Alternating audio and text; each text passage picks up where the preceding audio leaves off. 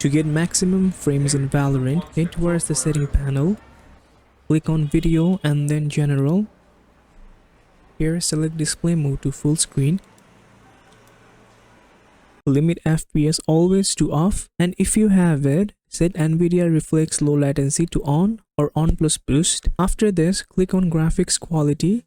Here you have to set multi-threaded rendering to on, material quality to low, texture quality to low, detail quality set to low, UI quality is also set to low, vignette is off, FSync is also turned off. Now anti-aliasing is set to none, anisotropic filtering is also set to 1x. After that, improved clarity is set to off, experimental sharpening is also set to off. You might want to set bloom to on, bloom is set to on. But if you are still suffering from low FPS, you might want to turn this off. Distortion is set to off, and finally cast shadows is set to off. I hope this helps to gain some FPS in game.